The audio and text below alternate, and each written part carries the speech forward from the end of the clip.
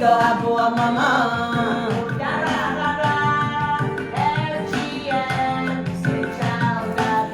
Genital mutilation is an abuse on our child.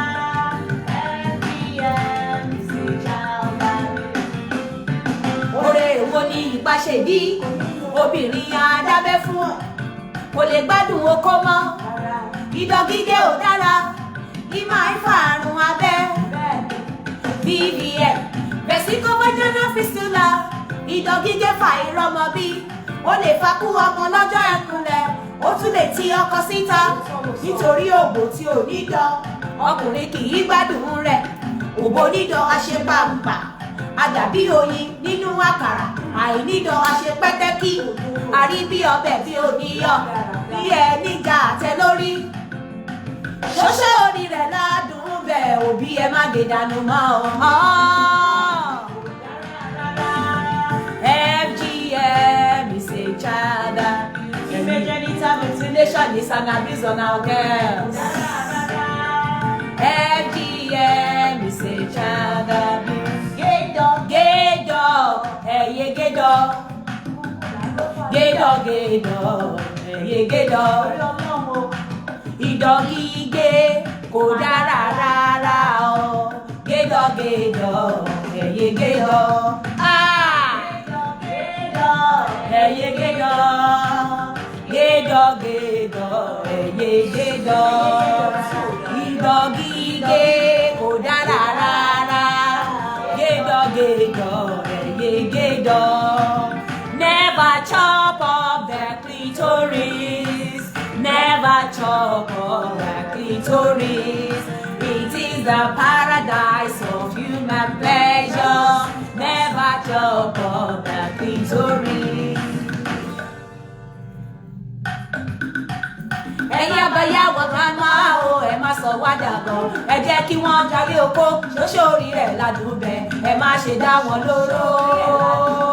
Ìdọ̀ ṣọ̀bọ̀lọ̀, ìdọ̀ rìbìtìrìbìtì. Ìdọ̀ ṣọ̀bọ̀lọ̀, ìdọ̀ rìbìtìrìbìtì. Yéyé ọmọ máma gédọ̀ ìdọ̀ gígé ṣàkóbá.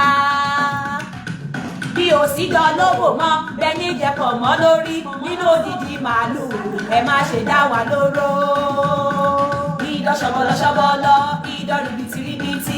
Ìdọ̀ ṣọ̀bọ̀lọ̀, ìdọ̀ rìbìtìrìbìtì. Yéyé ọmọ máma gédọ̀ ìdọ̀ gígé ṣàkóbá.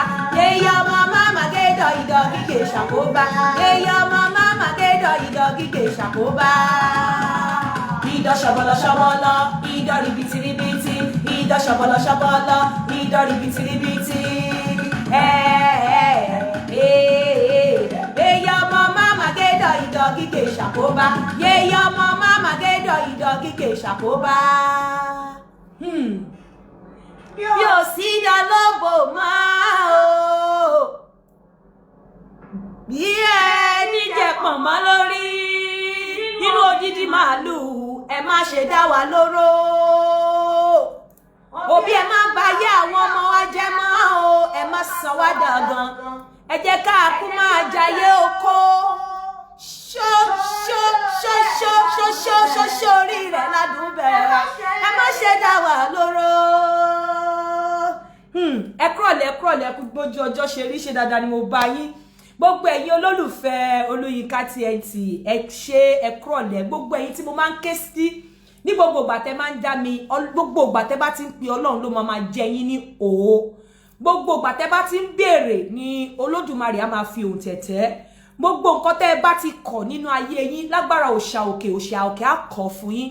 Nǹkan tí ẹ bá ti fẹ́ ní agbára ọlá àwọn tó nílẹ̀, ọba tó tẹ̀dó lónìí ní agbára Ọlọ́run á fi lé yín lọ́wọ́. Ẹ kúrọ̀lẹ́ ẹ lórí tí mo fi wọlé ìdọ̀ ṣọ̀bọ̀lọ̀. Èèyàn kan mú ọ̀rọ̀ kan wá bá mi. Mo mọ̀ pé mo sọ fún onítọ̀hún iye ọkọ ẹ̀ náà máa wo program yìí, ó náà máa wo program yìí. Mo dẹ̀ sọ fún wọn pé mo gbọ́ ni mi ò tí gbà eré ni. Pé wọ́n fẹ́ dá abẹ́ fún ọmọ ohun tí wọ́n ṣẹ̀ bí. Ẹ má dán wò torí pé ó ti dé ọ̀dọ̀ mi. Tẹ́ ẹ bá dán wò fúnra mi ni mo máa tì yín lọ sí bèbè ẹ̀wọ̀n. Ẹ má dán wò.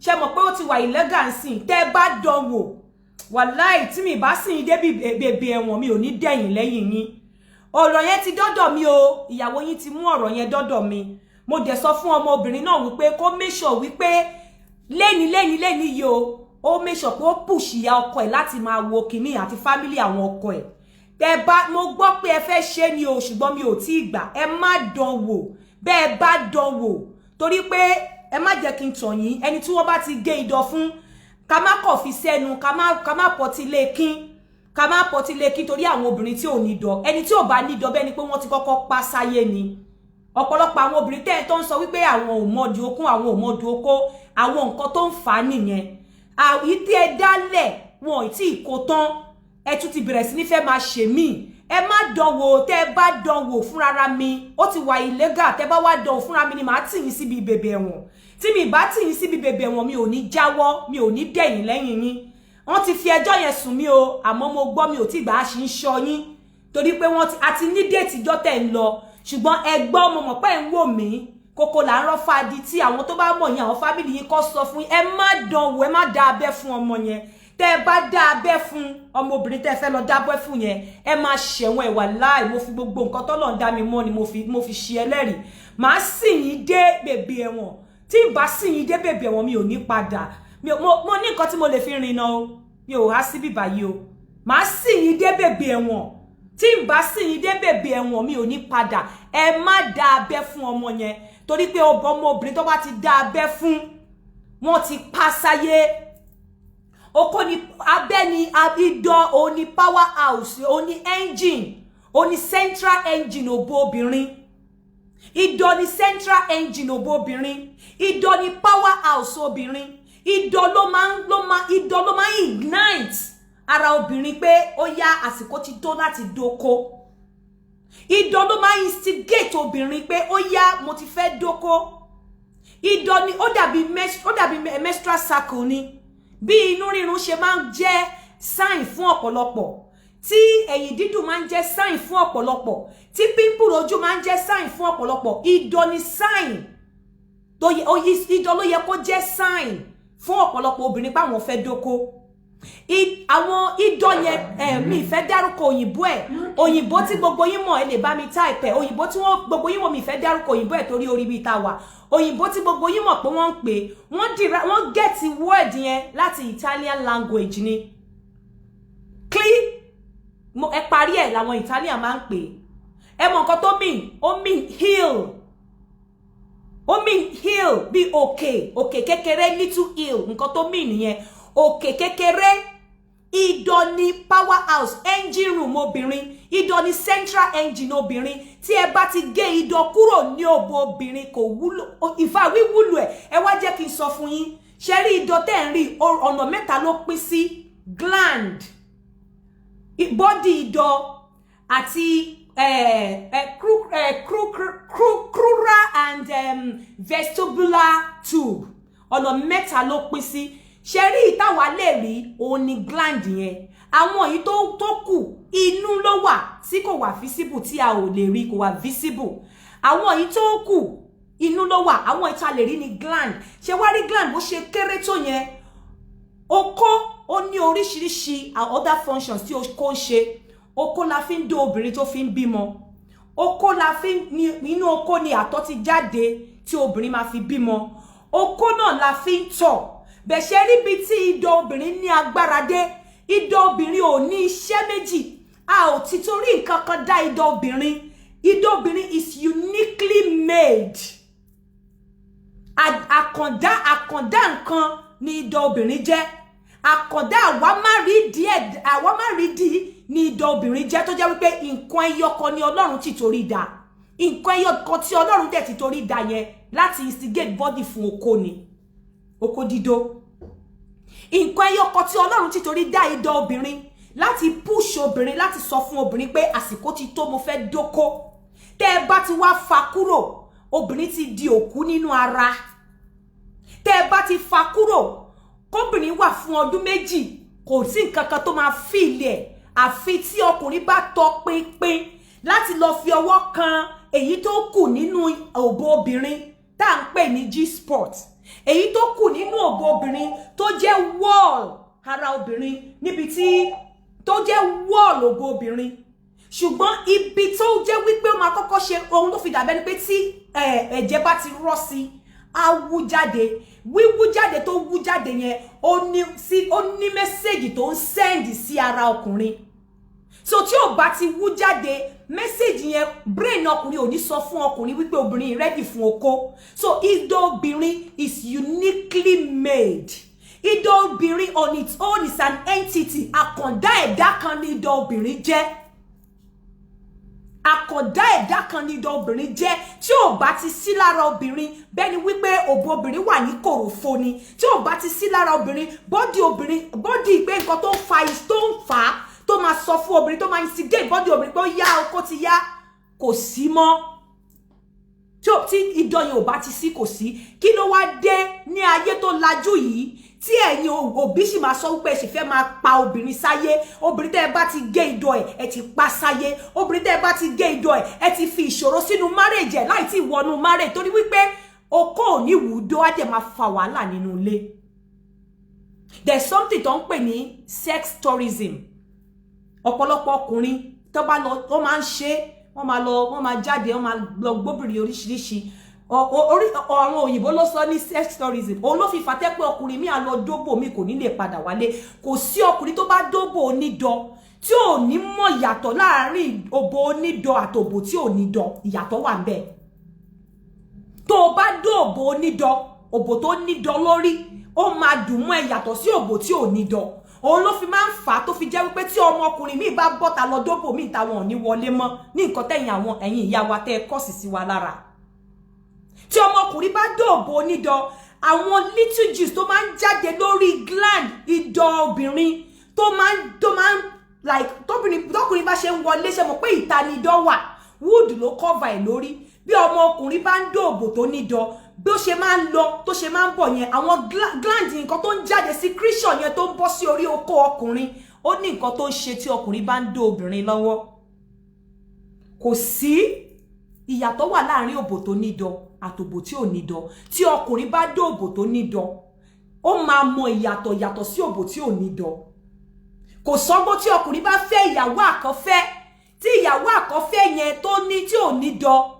tó lọ fẹ́ ìyàwó kejì tí ìyàwó kejì nídọ̀ lóbò wàláhì òbò ìyàwó àkọ́fẹ́ yẹn máa rùn sí kò ní lè fẹ́ do mọ́ wọ́n á dẹ̀ máa sọ pé kò ògùn ni kò ń ṣògùn ìdọ̀ fúnra rẹ̀ spirit ni tó máa ń fa okó mọ́ra spirit ni tó jẹ́ wípé ó máa ń sọ ṣe okó ní múwá ìdọ̀ gọgọ ló ní òbò ìdọ̀ lòbò so tí ọmọkùnrin bá lọ dóòbò tí ò nídọ̀ tó fẹ́ ìyàwó àkọ́fẹ́ ní òbò tí òbò ẹ̀ ò nídọ̀ tó lọ fẹ́ ìkejì tó nídọ̀ òbò kejì yẹn bí yóò tiẹ̀ mọ kódó alóbò yẹn dùn ìdọ̀ tó wà lórí òbò yẹn ló jẹ́ kó dùn ọ̀pọ̀lọpọ̀ á ní àdòdùn ìdọ̀ orí òbò yẹn fúnra rẹ̀ ṣúgà ni ìdọ̀ orí òbò yẹn fúnra rẹ̀ ọ́nì ni ìdọ̀ òbò fúnra rẹ̀ àkàndá ni kò sí bí ọkùnrin ṣe máa dó òbò tó nídọ̀ tí ò ní tẹ̀ pa síbẹ̀ tó máa rántí òbò tí ò nídọ̀ kò sí ẹ má jẹ́ ká tanra wa eléyìí ò ń ṣe oògùn tí ọkùnrin bá ti lè lọ fẹ́ ẹni tí ò nídọ̀ lé ẹ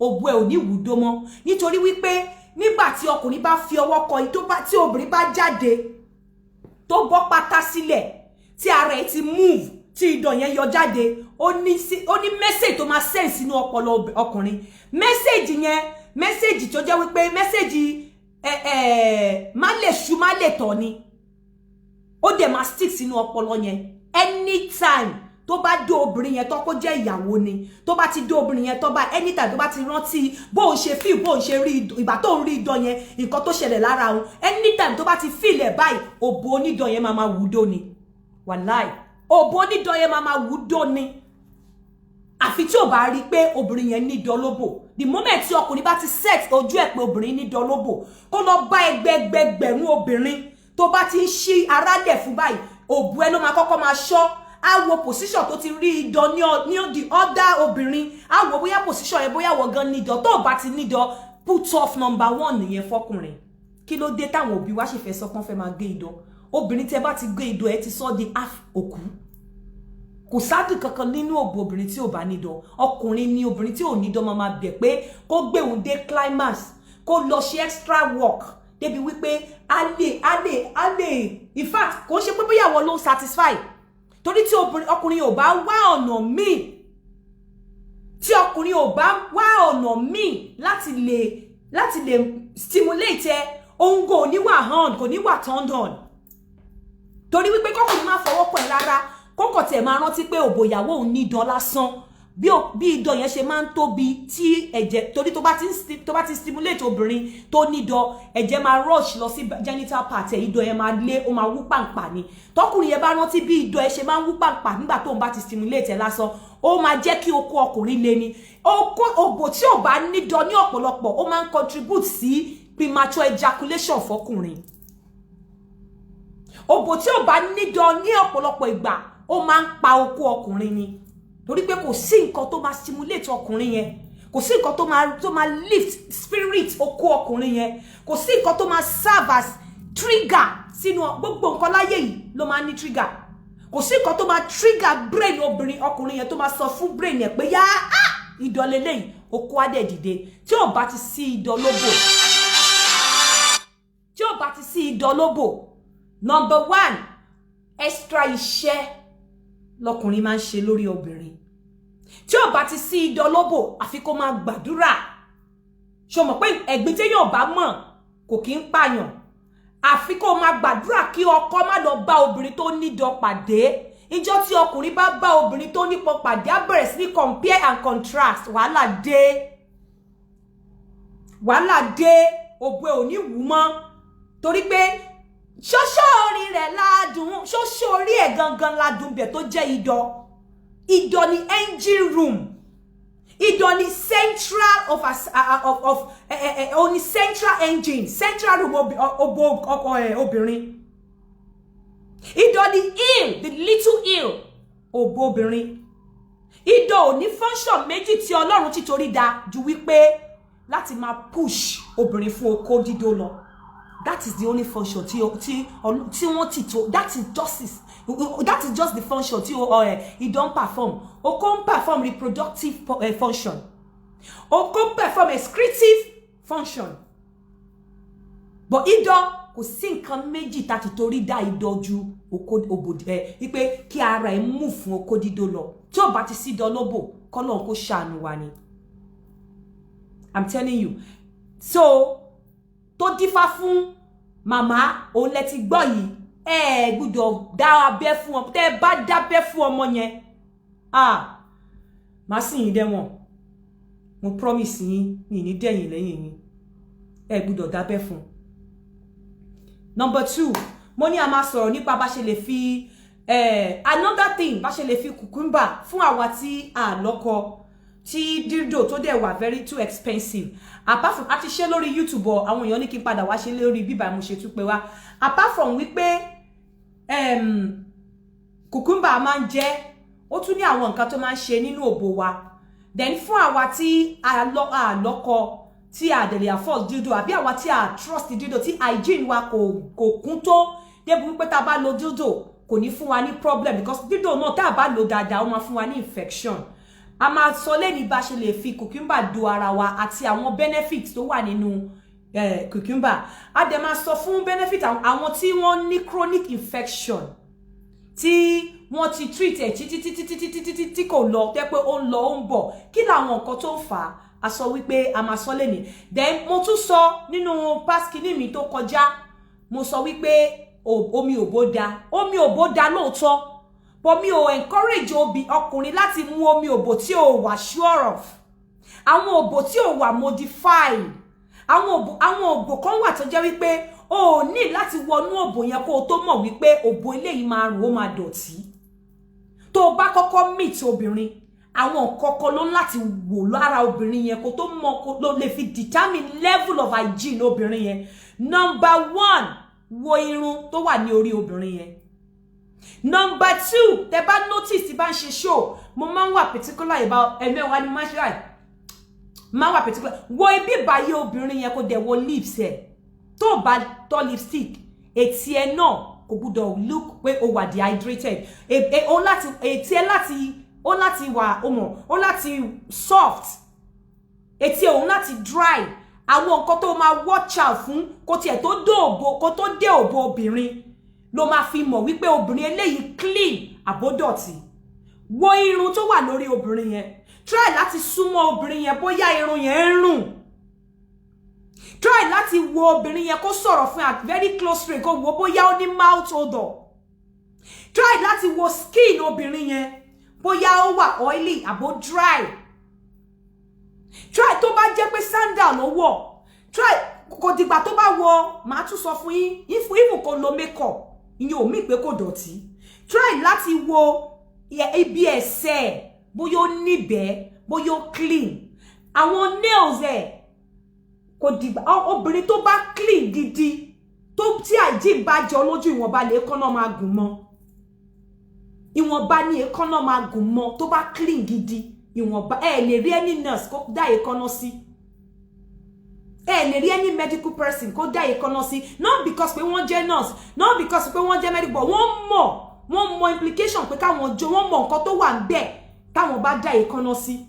So àwọn nǹkan míì wà tó lè fi mọ̀ bóyá obìnrin eléyìí bóyá irú obìnrin eléyìí bóyá bí abẹ́ ṣe máa rí láì jẹ́ pé o gbóòórùn abẹ́. Wo ibi ẹnu ẹ̀, wo lips ẹ̀, try láti sọ̀rọ̀ sí kó súnmọ́ dáadáa kó wo nǹkan tó ń jáde lẹ́nu ẹ̀. Wo irun tó ṣe tó wà lórí ẹ̀, try láti súnmọ́ bóyá irun yẹn ń rùn àbí kò rùn. Oh my goodness, ẹ jẹ́ kí n sọ àwọn, ẹ jẹ́ ká parí kíní. Hello? Try láti wo bóyá irun yẹn ń rùn àbí kò rùn. Try láti wo èékánná ẹ̀, especially ẹni tó bá ní ẹ wo èékánná mi. Èékánná lè rí báyìí kó tún pàpà dọ̀tí. Ṣọ́ èékánná yẹn. Torí tó bá tí èékánná bá rí báyìí tó bá dọ̀tí àbí tí èékánná bá gùn jù, there is tendency pé tó bá ṣọ́ra òbò yẹn máa ní infection. Nítorí wípé bacteria máa ń grow nínú ibi tó wà moist tó dẹ̀ wà warm. Kò sí bá a ṣe fẹ́ fọ èékánná tó gùn tí inú ẹ̀ ò ní wà moist tí ò dẹ̀ ní wà warm. And the same ọwọ́ yẹn náà la máa fi sí abẹ́ wa. So àwọn ọ̀nà míì wà tó máa fi mọ̀. So tó bá sọ pé Yinka TNT ní kẹ́ máa momi òbò, má lọ momi òbò tó ní infection. Má lọ momi òbò tó ní yeast infection. Má lọ momi òbò tó ní bóyá tó ní gonorrhea àti ẹni tó lòbògò ò tí mọ̀ débi wípé number 1 wá lọ ní mouth ulcer àbí kó lọ ní mouth cancer. Èèyàn lè ní mouth cancer. So má sọ pé Yinka ní kẹ́ momi òbò. Omi òbò tó bá máa mu mọ̀ wípé obìnrin yìí hygiene ẹ̀ ó wà intact. Mọ̀ wípé plus ni hygiene ẹ̀. Ẹnu ẹ̀ ṣé ó rùn àbí kò rùn? Abíyá ẹ̀ ṣó rùn? Èèyàn lè sanra o kó má rùn o. Èèyàn dẹ̀ lè tínrín kó má rùn irun tó máa tó ẹ́ pé wàá máa bì. Mọ̀ wípé ṣé abíyá ẹ̀ rùn? Even téèyàn bá lo makeup, ó ní àwọn ibì kan níbi ojú tí makeup ò kí ń dé. Try láti wo skin tó wà under ní makeup yẹn, skin tó fi makeup bò, wo mọ́ ọrùn ẹ̀ báwo ló ṣe rí. Those are the things tó láti look out fún kó tó kàn lọ gbé ẹnu sí òbò. Ó wá rí bẹ́ẹ̀, obìnrin tó bá máa jẹ òbò ẹ̀, obìnrin tó trust ni. Obìnrin tó yẹ pé kó tiẹ̀ tó jẹ òbò yẹn gan, kó kọ́kọ́ bọ́ lọ sínú bedroom kó lọ wẹ̀. Má jẹ òbò pàjáwìrì. Má lá òbò pàjáwìrì, please. Má lá òbò pàjáwìrì, even má dó òbò pàjáwìrì. Pé mo ti ní kí máa lá òbò kí máa mọ́ mi òbò má lá òbò pàjáwìrì, no matter how kò tí ẹ̀yẹ́ mi mọ́ mo fẹ́ sọ. How pretty bí lady yẹn ṣe jẹ́, má lá òbò pàjáwìrì. Tó bá ti délé tẹ́ mọ̀ pé fẹ́ lá òbò ara yín, jẹ́ kó lọ wẹ̀, jẹ́ kó lọ take care hygiene ẹ̀. Tó bá possible òbò tó fẹ́ lá, tó bá ti jẹ́ pé ẹni tó ní èékánná gúngùn ni, má jẹ́ kó fúnra rẹ̀ fi ọwọ́ ẹ̀ fọ òbò yẹn. Ìwọ ni kó bá fọ̀, ìwọ ni kó mú ọwọ́ ẹ̀ kó fọ ọwọ́ ẹ̀ dáadáa. Tó bá ti bọ́ sínú bedroom, sọ fún pé òbò ẹ̀ ló fẹ́ jẹ, ìwọ ló fẹ́ fúnra rẹ̀ fọwọ́ ara ẹ̀ túwà ara ẹ̀ ṣe. Ìwọ ni kó bá fọ òbò yẹn, ìwọ ni kó fi ọwọ́ ara ẹ̀, má jẹ́ kó fi èékánná tó gùn fọ. Ìwọ ni kó bá fọ òbò yẹn síta. Ìwọ ni kó wá towel tí ò tí lò rárá kó bá fi damp ẹ̀ kó dùn. Tó bá dẹ̀ ti ń kúrò ńbẹ̀, jẹ́ kó máa lọ nú yàrá kó lọ sùn lẹ̀ kó lè ráyè jẹ òbò ẹ̀. Má jẹ́ kó lọ, tó bá ti rí pé ẹni tó ní èékánná ṣọ̀rọ̀ṣọ̀rọ̀, má jẹ́ kó fọ òbò fún ẹ. Ìwọ ni kó fọ òbò yẹn. I'm telling you, ìwọ ni kò fọ́. Kẹ́ má sọ wípé mo ní kẹ́ jẹ òbò nítorí ẹ lọ jẹ òbò papilloma, human papilloma virus. Ẹ lọ jẹ òbò gonorrhea, ẹ lọ jẹ òbò yeast infection. Ẹ máa ní mouth ulcer bí mouth cancer o. Ẹ máa ní mouth cancer. I'm telling you, don't try it. Then watch out. Or ẹni tó bá ti rí wípé ó look dirty. You can ele ríyàn kẹ́ dey assess ẹ. Pé ó look, èyàn lè má tí wẹ̀ gan kó má kẹ́ dey rí kẹ́ mọ̀ pé lè yóò wà dirty. Èyàn dẹ̀ lè ti wẹ̀ kó kú gbogbo ẹ̀ kẹ́ mọ̀ pé lè ìdọ̀tí man. Ẹni tẹ́ bá ti rí pé ó look dirty, má sún mọ́ ibi òbò ẹ o. Àwọn òbò kan ti wọ hemorrhage. Àwọn òbò kan ò látúnṣe mọ́. Àwọn òbò kan ò ní àtúnṣe mọ́. Bí àwọn okó kan ti ṣe bí ó ṣe látúnṣe mọ́, àwọn òbò kan ò ní àtúnṣe mọ́, kò sí nǹkan tó lè ṣe. Àwọn infection yẹn has come to stay. Àwọn òbò kan ò ṣe modify mọ́. Àwọn òbò kan ti eat rock. Àwọn òbò kan ti padà lọ sílé ṣáájú ẹni tó ní wọ́n. Má lọ jẹ irú òbò yẹn o. Irú òbò tó ti relédè yàn, òbò tó ti lọ, tó jẹ́ pé ara body ẹni tó ní nìkan ló wà láàyè. Òbò yẹn gan ti padà lọ síbi tó ti wá. Má lọ jẹ irú òbò yẹn. Kò ní Yínká ní pé kí wọ́n máa jẹ kò ní Yínká ló sọ pé kí wọ́n máa jẹ òbò. Ẹ jọ̀ọ́ ẹ má ṣe. Òbò tẹ́ bá máa jẹ, ẹ fúnra ara yín mọ̀ pé òbò yìí wọ̀ tí jíjẹ. Tó bá rí òbò tó wọ̀ tí jíjẹ gan, láì tí bọ́ aṣọ sílẹ̀, wàá ti máa salivate. Ìwọ tó fẹ́ jẹ òbò yẹn gan, òǹgbẹ òbò yẹn á ti máa jẹ, á ti máa gbẹ. Ó dàbí kó ṣóúnjẹ tó ti jẹ àbí kó máa gbọ́ aroma kan. Ṣé mọ̀ pé adẹ tó òpòlú ọ̀nà fún èèyàn á ti máa pèèyàn láti jóúnjẹ yẹn. Àwọn òbò tó bá ń salivate fún, tó dẹ̀ jẹ́ pé tó bá ṣí, kò ṣe òbò tó máa ṣílẹ̀, tó wọ pátá, tó wọ skirt, tó wọ gbogbo ẹ̀, tó jẹ́ wípé pátá tó wọ ti tutù, ó ti wà damp. Irú òbò yẹn ni wọ́n fẹ́ jẹ. Má lọ jẹ irú òbò yẹn o. Má lọ jẹ irú òbò yẹn o. Kẹ́ má ní Yínká ló ní pé kí wọ́n jẹ òbò. Then fún àwọn tí ní jẹ́ ń parí show yìí. Hello. Okay now. Gbogbo ẹni tó bá ti ń pè, tó ń flash mi, tó bá ti ń drop tán báyìí mo ń block ẹ ni, kò tún lè pè mí mọ́ láyé. Bóyá rò bóyá mò ń ṣeré ń bí ni. Gbogbo ẹ̀yin tẹ́ ti pè tó yẹ pé flash mi ni màá block yín sìn lẹ́sẹ̀kẹsẹ̀. Omi ní fi para. Tú pè mí mọ́. Ó tún dijọ́ mi ọjọ́ rẹ̀. Mo pé eléyìí o. So nǹkan tí mo wá fẹ́ sọ sí ni pé fún infection, ọ̀pọ̀lọpọ̀ ló ní infection tó ń wá tó ń lọ.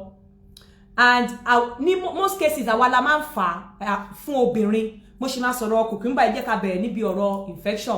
Gẹ́gẹ́ bá ṣe sọ ní orí show níjọ́ Sunday, kí ni àwọn nǹkan tó máa ń fa chronic infection tí ò kì í jẹ́ kí infection kó lọ lára bọ̀rọ̀. Àní tẹ́ bá ti dé hospital, ọ̀pọ̀lọpọ̀ nígbà míì hygiene, a ti sọ̀rọ̀ nípa hygiene.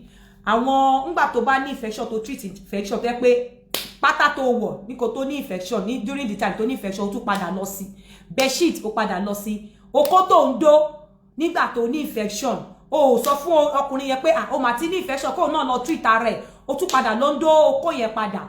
Infection yẹn máa padà wá, kò ní lọ. Kò bá jẹ́ ọkọ ilé ẹ, the moment tó bá ní infection tó dẹ̀ ti lọ sí hospital tó ti lọ ní infection tó ti ń treat ẹ, make sure kó sọ fún ọkọ ilé ẹ kó náà lè lọ treat ara ẹ. Otherwise the moment tó bá treat ẹ tán, tó bá padà lọ dó okó tó dó tẹ́lẹ̀, nǹkan tó ní infection àbí during the time tó ní infection, ó máa padà gbé ni. So tí ọkùnrin bá ti ní infection, it's advisable pé kí wọ́n stop, wọ́n má dó okó mọ́ nígbà yẹn títí wọ́n máa fi treat ara wọn.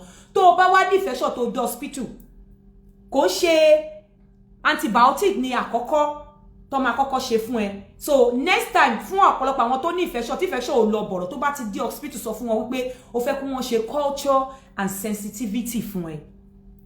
Ipò fẹ́ culture and sensitivity. Kí ló ń pè ní culture and sensitivity? Tó bá ti dé hospital tó mọ̀ pé ó ní infection, tí wọ́n náà mọ̀ pé ó ti ní infection, sọ fún wọn pé kí wọ́n gba discharge òbò ẹ ní time yẹn. Kí wọ́n gba discharge tó bá jáde nínú òbò ẹ. Torí discharge tí wọ́n bá gbà yẹn, wọ́n máa lọ cultivate ẹ̀ bí pé wọ́n fi sínú, wọ́n lọ gbìn. Tó bá wá gbìn, wọ́n wá máa test oríṣiríṣi antibiotics, the sensitivity of the bacteria to the antibiotic. Wọ́n máa test ẹ̀ ní ara nǹkan discharge òbò ẹ̀ tí wọ́n gbà yẹn. Wọ́n máa fi oríṣiríṣi antibiotics. Antibiotic tó bá fi sínú kíní tí wọ́n gbìn yẹn discharge tó gbà lára ẹ̀ tí wọ́n gbé sínú kíní tí wọ́n gbìn. Tó bá fi sí, tó bá clear àwọn bacteria tó wà nínú discharge yẹn, that means pé antibiotic yẹn máa ṣiṣẹ́ fún ẹ. but ìmí wà tó máa fi sí tó jẹ́ pé kàkà tí kó máa fi clear àwọn bacteria yẹn máa grow sí ni kò ní lọ ó máa grow sí ni that means pé bacteria yẹn wà powerful ju antibiotic tí wọ́n test lọ so tó túmọ̀ sí wípé obìnrin méjì lè ní the same infection àbí obìnrin mẹ́ta lè ní the same infection kó jẹ́ pé the same antibiotic kò ní wo àwọn méjèèjì ó depend lórí bí ara wa ṣe ń react sí nǹkan so ọ̀pọ̀lọpọ̀ ìgbà tá bá lọ sí hospital wọ́n kàn máa gbé antibiotic fún wa ni wọn ò ní ṣe kíní culture and sensitivity yẹn wọ́n kàn gbé antibiotic fún wa wọ́n ní pé ká máa lò tó bá dẹ̀ gbé antibiotic fún ẹ tán ní kó lò kò ní ṣiṣẹ́ nítorí pé bacteria yẹn ó lágbára ju antibiotics wọ́n lò fún ẹ lọ so tó bá ti dé hospital tó bá ti fẹ́ fún ẹ ní antibiotic tó ní infection sọ fún wọn wípé no kọ́kọ́ ṣe culture and sensitivity fún ẹ pé kí wọ́n kọ́kọ́ gba discharge ẹ pé kí wọ́n test ẹ then nǹkan míì tó tún máa ń fà obìnrin míì tó bá ti fún yín ní antibiotic pé kẹ́ lò ó lè jẹ́ pé antibiotic fún ọtọ́ fún ẹ yẹn wọ́n ní kó lò fún 12 days but after 3 days tó lò kíní yẹn ó rí pé ó reduce ó lọ mọ́ our stop tó bá ti stop kíní yẹn máa tún wá lọ digun padà wá tó bá wá padà wá there's every possibility wípé antibiotic tí wọ́n fún ẹ tó ń ṣiṣẹ́ yẹn ó lè má ṣiṣẹ́ fún mọ́ torí pé bacteria yẹn ti lọ padà digun wá so ó tún máa padà bẹ̀rẹ̀ treatment yẹn ni antibiotic tó dẹ̀ lò tó fi ń ṣiṣẹ́ lọ yẹn ó lè má ṣiṣẹ́ mọ́ so tó bá fún ẹ ní antibiotics pé okay this is for 12 days make sure wípé o parí dose ẹ tó bá mọ̀ wípé o fẹ́ experience ẹ mọ́ o fẹ́ jẹ́ kó padà wá mọ́ then ẹlòmíì nínú ìṣe ẹ ẹlòmíì nígbà míì okó tó dó tó fi ní infection ó máa padà lọ bá okó yẹn tí ò dẹ̀ yẹ kó rí bẹ́ẹ̀ tó bá ti ní infection jẹ́wọ́ fún ẹni tó ń dó nígbà yẹn jẹ́ kó náà padà lọ kó lọ ṣe test jẹ́ kó náà lọ kí ọ ara ẹ̀ because tó bá padà lọ dó okó yẹn wàá tún padà gbé infection yẹn ò ní lọ bọ̀rọ̀ that is another thing then ìgbà míì ẹni tó bá wà diabetic tí èèyàn bá wà diabetic ó máa ń ní there's tendency pé kó ní yeast infection and yeast infection dẹ̀kẹ̀rẹ̀ ṣe mọ̀ ní tó bá wà diabetic gbogbo ẹ̀jẹ̀ everything gbogbo secretion nínú òbò ẹ̀ máa ń dùn ni ó máa ń dùn so tí bacteria dẹ̀kẹ̀rẹ̀ ó máa ń like ibi tó bá dùn so ó máa ní nǹkan tó fi máa grow so the only thing tí irú ẹni báyìí lè fi kápá infection ni pé kó reduce blood sugar sí minimal level kó try láti reduce blood sugar kó reduce diabetes rate so that àwọn bacteria yẹn wọn ò ní rí nǹkan feed lé débi wípé wọn máa grow sí infection yẹn kò ní lọ bọ̀rọ̀ then àwọn tí wọ́n dẹ̀ nǹkan míì tó tún máa ń fa infection either you like it or not àwa tá a máa ń keep àwa tá wà in the attitude of keeping kíní tá à ń sọ yìí ní ìsàlẹ̀ kò sí bá ṣe fẹ́ dry omi out of it ní ìsàlẹ̀ bẹ́ẹ̀ bá dry omi ó máa warm the same ọwọ́ yẹn náà la máa kìbọnú abẹ́ wa tá a máa fi máa fọ abẹ́ wa so at the end of the day kí ló máa ṣẹlẹ̀ a máa kó ìdọ̀tí láti ọwọ́ a máa kó sóbò bá ṣe bẹ̀rẹ̀ sí bá ṣe ń tú ara wa ṣe bẹ́ẹ̀ náà là ń dá ìdọ̀tí padà lọ síbẹ̀ so irú nǹkan báyìí ó lè fa infection kí chronic infection wẹ́ pé infection máa wá ó máa lọ ó máa wá ó máa lọ kò ní lọ pátápátá ìyẹn dúró then a fẹ́ sọ̀rọ̀ lórí cucumber fún àwa tí ọkọ wa ò sí around tí àdẹ̀ lágbára dildo even dildo gan nǹkan tó wà lára cucumber tá bá fi dó ara wa àbí tí ọkọ wa bá fi bá wa ṣeré a lè má lè rí ní ara dildo lára àwọn nǹkan tó wà lára cucumber tá lè fi tí ọkọ wa eléyìí sì ó ní antioxidant nínú ó máa hydrate skin but kó o tó lè get antioxidant yẹn wà á ti peel tó bá peel ibi tí antioxidant yẹn wà ní nǹkan tí mo ń mean by antioxidant ó ní àwọn kinní tó wà nínú ẹ̀ àwọn kinní so tó bá ti peel cucumber yìí tó ti peel dáadáa wà á ti fọ̀ that is tó bá fẹ́ lò for cleansing wà á ti fọ̀ nǹkan tó ṣiṣẹ́ as antioxidant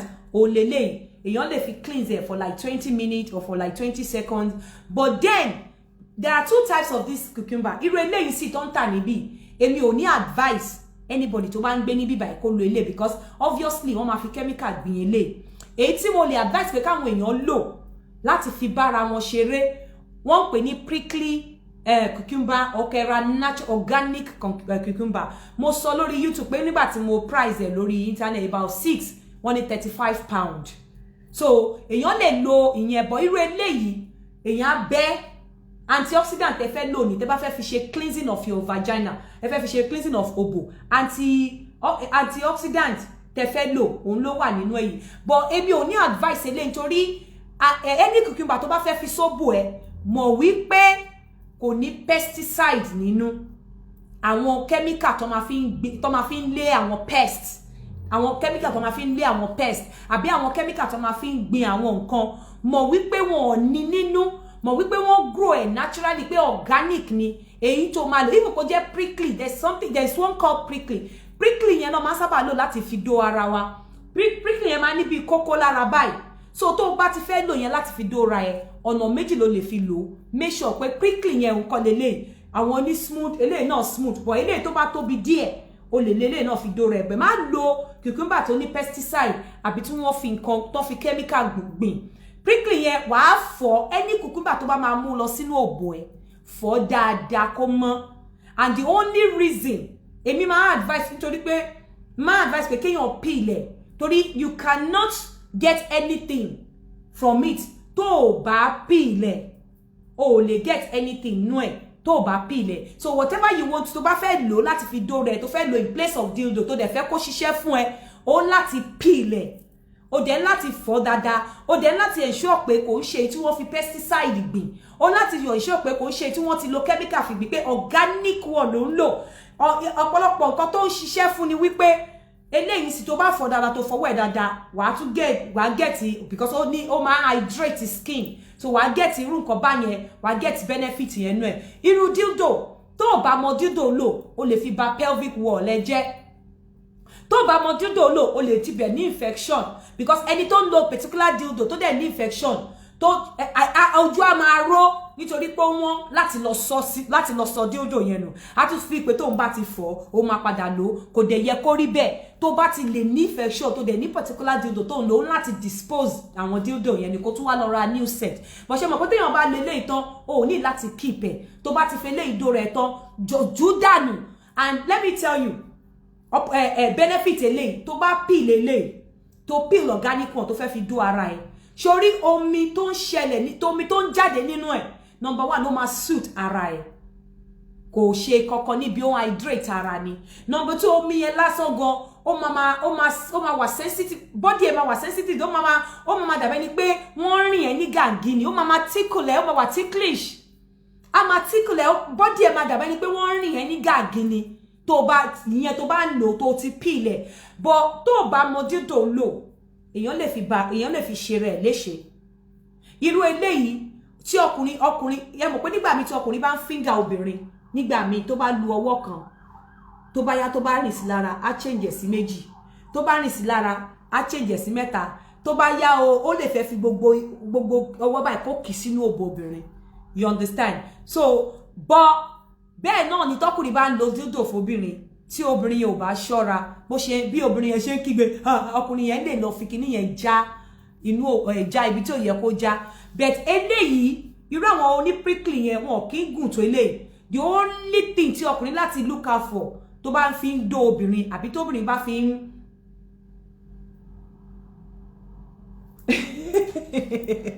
tí ọkùnrin láti look out for àbí tó bá fi ń dó obìnrin ni pé kó má lọ jẹ́ kí àwọn ní prickly cucumber yẹn wọ́n máa ń kéré kó má lọ rí sínú ẹ̀ kó lọ há sínú òbò obìnrin kó lọ jù sínú ẹ̀ náà so wàá ra prickly cucumber yẹn tó tóbi díẹ̀ èyí tó máa ra tó yẹ pé wàá ti mọ size òbò ẹ tó máa dẹ́ mọ size tó máa rà but let me tell you ó wà tantalizing tó bá lo cucumber I'm telling you ó wà tantalizing ju pé kéèyàn lo dildo lọ you can use dildo but advantage tó wà nínú eléyìí ó ju ti dildo lẹ́mọ̀ pé dildo ó le tó bá ń kì í sí kì í bọ̀ but eléyìí ó rọ̀ tó bá fi ń dún ara ẹ̀ gan ó lè máa fún ẹ wò omi ẹ̀ máa jábọ́ ní ṣẹ́tírí ó ṣẹ́tírí omi ẹ̀ bó ṣe ń jábọ́ so ó máa hydrate inú wall òbò ẹ, ó máa hydrate skin òbò ẹ, and ó máa ní ó wà antioxidant ni. So bó ṣe wà nìyẹn. Gẹ́gẹ́ bí mo ṣe ń sọ, ẹ jọ̀ọ́ nítorí Ọlọ́run ẹ̀yin ọkùnrin, àìmọye òbò obìnrin míì tó yẹ pé pH level tó wà nínú òbò wọn, acidic level wọn ó ti bàjẹ́. Ẹ má jẹrú òbò tí pH ẹ ò dá o. Òbò tí acidic level ẹ ò dá, ẹ má jẹ o. Àwọn òbò tí pH ẹ ti bàjẹ́ nínú òbò, ẹ má jẹ o. Òbò tẹ́ ẹ bá ti wà sure pẹ̀lú, obìnrin tẹ́ bá ti rí tó bá ti dirty, ó ní mo sọ yìí. Torí àwọn èèyàn ń pè mí kíní kan, tóbìnrin bá ti dirty tó rí lójú ẹ pé ó dirty pé ó ní nǹkan tó fi ń gbéra kíní kan. Obìnrin tí ò bá ti smell nice lókè, tí gbogbo ó sọ̀rọ̀ gbogbo ìtọ́ wà báyìí, be careful. Kó ṣe gbogbo òbò ló lè jẹ́ o. Nǹkan tó ṣẹlẹ̀ ni wípé for the cucumber, àwọn tó jẹ́ prickly cucumber yẹn, wọn ò kí ń gùn. Wọ́n máa ń rí gbùngbùngbùngbù báyìí ni.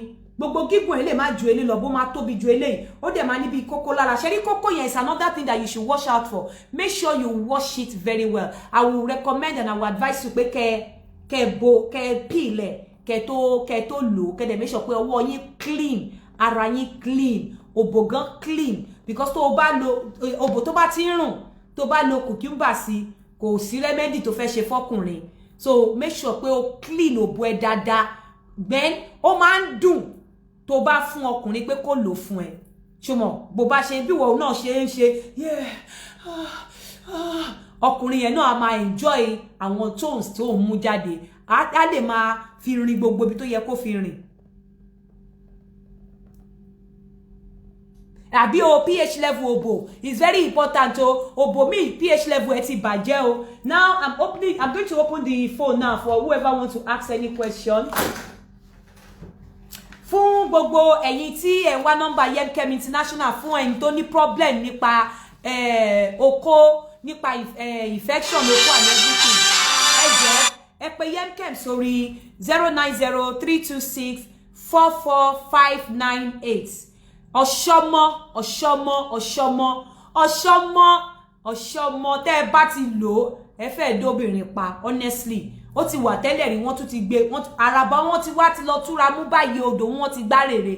So ẹ pè wọ́n, gbogbo ẹ̀yin tẹ́ wà ní Naija bí all over tẹ́ bá fẹ́ Ọ̀ṣọ́mọ lórí 090-326-44598, 090-326-44598 and 090-329-62698. 090-329-62698. Àbí kí ẹ pè mí fún gbogbo àwọn tó bá fẹ́ jẹ́ alágbàtà kí n lè connect yín mọ́ wọn, and fún gbogbo ẹ̀yin tí ẹ̀rọ náà àbáyọ fún ara tó ti jóná, àbí fún abẹ́ tí ò ṣe sílẹ̀ fún ọkùnrin, tàbí tí gbogbo itan bá dúdú kò dáa, ò tí ẹ̀ bu yìí kún obìnrin rárá. Fún gbogbo ẹ̀yin tí abíyá ti jóná, tí abẹ́ ti jóná, tí fùrọ̀ náà ti jóná, ẹ pè At Pleasant Glow. Hello? Hello? Ẹ pè At Pleasant Glow sí orí +44-790-4812-393 +44-790-4812-393. Fún gbogbo ẹ̀dẹ̀ follow wọn lórí Instagram At Pleasant Glow. Fún ẹnikẹ́ni tó bá ní ẹni ìbéèrè. Bluetooth mode. Èèyàn kan béèrè nǹkan kan lọ́wọ́ mi tí mo ní pé mo máa dáhùn. Ẹni tó béèrè lọ́wọ́ mi pé ṣé téèyàn bá ń dóko lójoojúmọ́, ṣó ní tó fi ń ṣèyàn, ṣó máa ń múyàn darúgbó? Okó ò kí ń múyàn darúgbó. Tí obìnrin bá ń reach orgasm, tóbìnrin ń damira, ó ní nǹkan tó ń ṣe lára fún obìnrin. Honestly. Hello? Hello? Ẹ kúrò nídìí Facebook yín. Hello? Hello? Hello, yeah?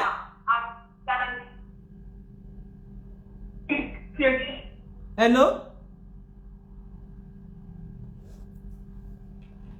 Tẹ́ bá fẹ́ pèyàn, ẹ kúrò níbi tí ẹ ti ń gbọ́, ẹ lè máa ṣe the two at the same time. Kẹ́ fẹ́ gbọ́ ọ̀rọ̀ kẹfẹ́ pé it doesn't work that way. So follow at Pleasant Glow lórí Instagram at Pleasant Glow and kẹ́ pè wọ́n sórí +44 7904 812 393 +44 7904 812 393 fún ẹni tó ń bèèrè lọ́wọ́ mi pé ṣé okó dídó ṣó máa ń gbóyàn. Okó dídó kì í gbóyàn. Okó dídó kò dẹ̀ jẹ oúnjẹ tó dáa, ó máa ń mú ara dáa ni. Ó máa ń jẹ́ kí body ẹ kó ṣiṣẹ́ dáadáa, ó dàbí exercise ni okó dídó jẹ́. Kó máa do lójoojúmọ́ kò sí nǹkan tó fi ń ṣèyàn. The only problem ni pé tó bá ń wá ọmọ, I will advise you pé kó má do ní every time because kò ní spam yẹn kò ní kìmí mọ́. So on recommend pé kó máa dóko every 3 days àbí every 2 days tẹ́ bá ń wá ọmọ. Yàtọ̀ sí yẹn tó bá ń dóko dáadáa hormones á máa ṣiṣẹ́ dáadáa fún yín. Hormones á ṣiṣẹ́ dáadáa, gbogbo nǹkan tó wà lára ẹ ló máa ṣiṣẹ́. Àti a ṣiṣẹ́ dáadáa, orí ẹ̀gan á pé, I'm telling you, orí á pé yàtọ̀. Wọ́n tó bá pè ẹ́ lẹ́ẹ̀kan wá down lẹ́ẹ̀mẹ́ta, but àwọn tí wọ́n bá kí dóko, àwọn náà máa ń kanra bí ajá ilé gbùgbù. Hello? Hello, who's speaking? You called me and you're asking me who is speaking. Oh, I'm sorry. I have a number. Maybe you tell it with the number. I'm trying to call somebody else. Call Yinka. I don't know that it's your number. It's Yinka. This is Yinka. Hey, but she's online now, isn't it? Yeah, I'm on You're live. online now. Yes. Yes. It's not. I'm on live. Hello? Sorry. Kí lẹ fẹ́ sọ? Yeah? Yes, it's Yinka TNT. I'm online. Yes, I'm still online. Okay, sorry.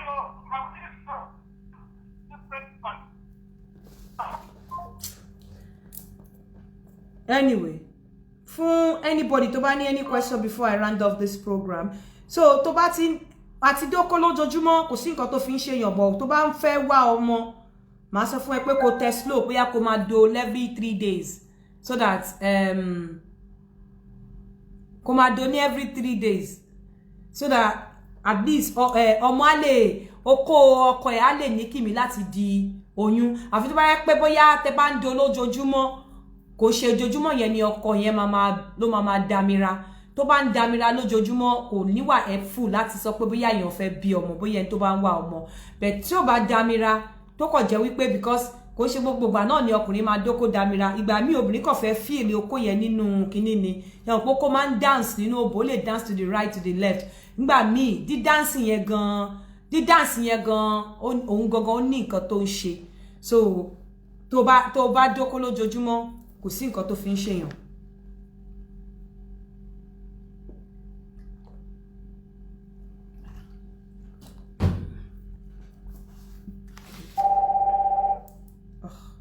The same man. Hello.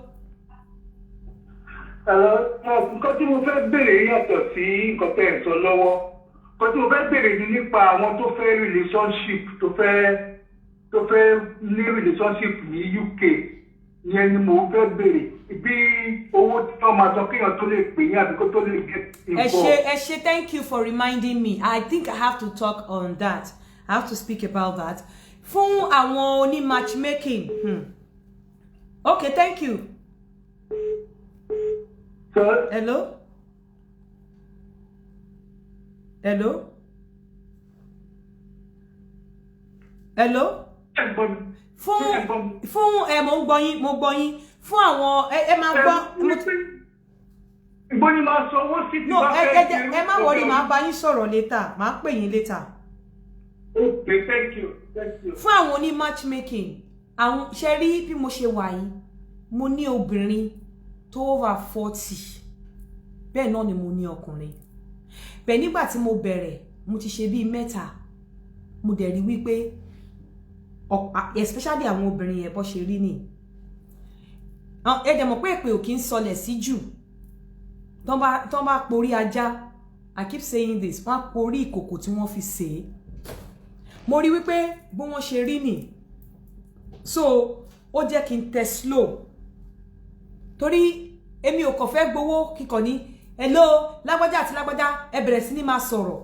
Ṣé mọ̀ pé tí ò bá work out at the end of the day wọ́n ní number one, you won't be able to come back to me because mo ti link ẹ̀yin méjèèjì together. But kí n tó link yín, mo mọ̀ lọ́kàn ara mi pé ó lè má work. I don't want to do things that way.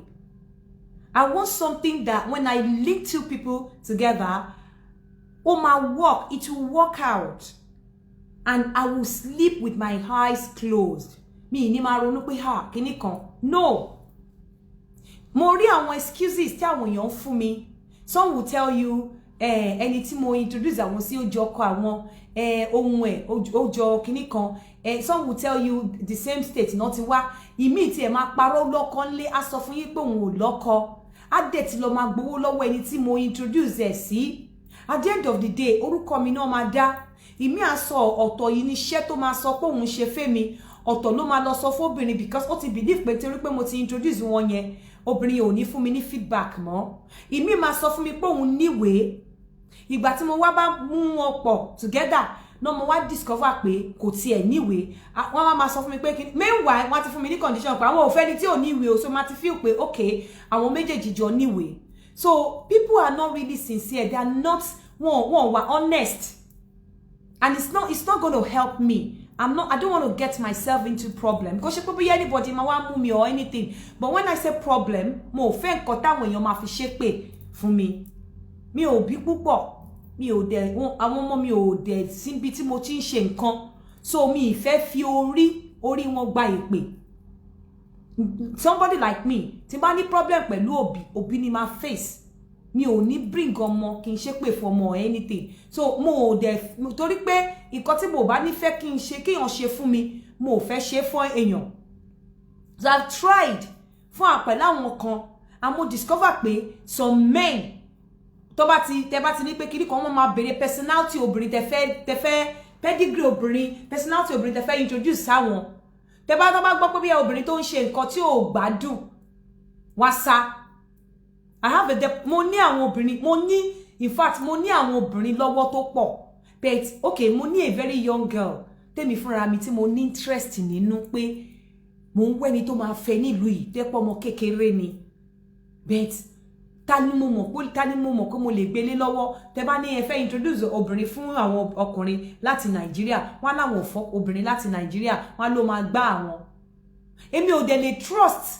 Ọ̀pọ̀lọpọ̀ ìgbà mi ò trust àfi introduce obìnrin àtọkùnrin pọ̀ tọ́jọ́ ń gbé nínú ìlú Nàìjíríà. Ẹni tó bá wà níbí báyìí tí bá fún ní obìnrin ní Nàìjíríà, mo máa ẹni tó wà ní Nàìjíríà máa jẹ́ kó rí ẹ pé ẹni tó wà níbí báyìí máa abẹ́rẹ́ lókun lọ́rùn tó jẹ́ abẹ́rẹ́ tí ní okùn ní ìdí tó jẹ́ pé èmi máa push ẹ̀. But all of the conditions tí àwọn èèyàn fún mi ó jẹ́ kí n wà ní tight corner. Ẹlòmíà ní èèyàn báyìí ló ń fẹ́. Ẹlòmí mo tẹ̀rí yàn tó sọ fún mi lẹ́ni mo ní obìnrin kan lọ́wọ́ tó jẹ́ wípé tó bá sọ wípé kíyàn wà òkè bọ̀ Naija ni. Mo bá ọkùnrin yìí sọ ní bíbá yìí tì lẹ́ni ó ní láíláí òun ò fẹ́. Ó lóun ò fẹ́, olóbìnrin bíbá yìí lóun fẹ́. Èyí tí mo dẹ̀ rí, mo léyàn tó súnmọ́ mi tó jẹ́ wípé ó ń lọ sí patí tó dẹ̀ ń lọ. Ó ti dì kákádì kúkú pé ó ń lọ torí pé patí yẹn àwọn èèyàn gidi ló máa wà ń bẹ̀. Ó ń lọ nítorí pé ó fẹ́ lọ mọ́bìnrin bẹ́ẹ̀ ló dẹ̀ máa gbẹ̀rù lọ́wọ́ orí obìnrin yẹn ni. Kò sí nǹkan kan tó fẹ́ wọ́n fa obìnrin yẹn bọ̀ tó àwọn obìnrin bá ti rí níṣàgbẹ̀yọjú yòrò wọ́n á rò pé ọkọ ti dé. Èmi dẹ̀ mọ̀ pé kò sí nǹkan kan lọ́wọ́ ẹ̀ ó máa gbẹ̀rù lọ́rọ̀ obìnrin yẹn ni. Mo dẹ̀ nírú àwọn yẹn tí mo mọ̀. Ṣé irú àwọn yẹn ni kí n introduce obìnrin sí? So I have to be very careful. I'm taking my time. Nítorí ẹni mo ṣe sọ pé ẹ̀yin tẹ́ ti register already. Let's leave it like that. Ẹ jẹ́ kí n handle yẹn mọ́. Mi ìfẹ́ gba more people mọ́. Because mo rí pé people are not honest. Àkọ́ sọ pé ọkùnrin, obìnrin gan worse. I'm telling you. Mo sorry láti sọ. Obìnrin àtọkùnrin àtobìnrin. Àwọn méjèèjì lọ́jọ́ worse. Mo ní tó ti tẹ́ pé wọ́n ti bẹ̀rẹ̀. Ó wá bẹ̀rẹ̀ sí ní ṣe báyìí. Ọkùnrin yẹn wá lọ tán. Ó ṣẹ̀ṣẹ̀ wá ń pè mí. Mo láti ṣọ̀nà pé don't ever call my number again. Kí ni ìwọ jẹ́ kọ́kùnrin yẹn lọ tẹ́lẹ̀ fún?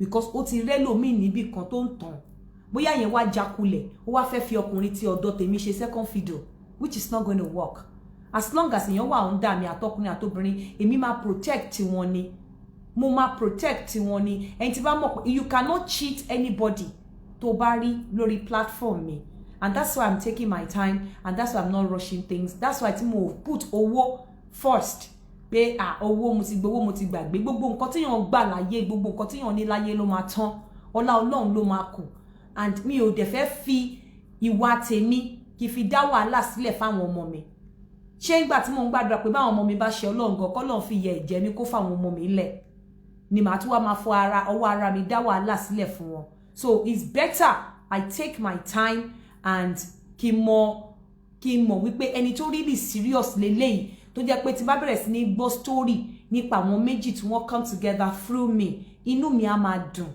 kò ń ṣe pé bí wọ́n máa pè mí pé àǹtí Yínká ṣe mọ̀ pọ́dọ̀ yín ni o àǹtí Yínká ṣe mọ̀ pọ́ I don't want that ẹni tí ẹlòmíì ó lè má lè wá bá ẹ ó lè má lè wá sàn kankan fún ẹ ó lè gbà ká pé owó yẹn ti lọ bẹ́ẹ̀ a máa ṣépè fún ìṣẹ̀dá ẹ a máa finú ṣépè fún ẹ lẹ́yìn ó lè máa wẹ̀ láàárọ̀ kùtùkùtù kó máa gbé ẹ ṣépè a máa ṣépè fún ẹ a máa dùn pé o cheat ẹ I don't want to subject myself to that kind of condition àdúrà mélòó lèèyàn ń gbà tó ń gbà kẹ́gbẹ́ pé bóyá èpè nítorí kí nítorí owó I won't do that so that's why I've decided to take my time and please bear with me as I go through the process ẹ̀yin tó tí ó bá tó time tí àwọn èèyàn tún máa bẹ̀rẹ̀ sí ní sanwó padà I will let you know but for now with the ones I have mo fẹ́ parí ẹ̀ and I'm really working on it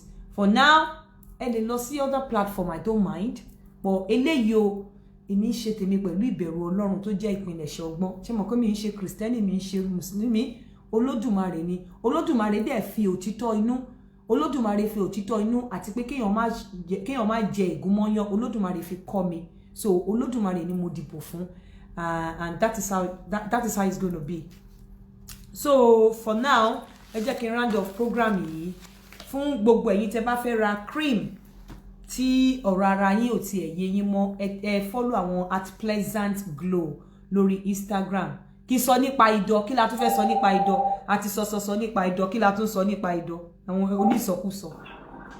Hello Àbíyínká. Hello sir. Ẹ kúrọ̀lẹ́ o. Ẹ kúrọ̀lẹ́ sir.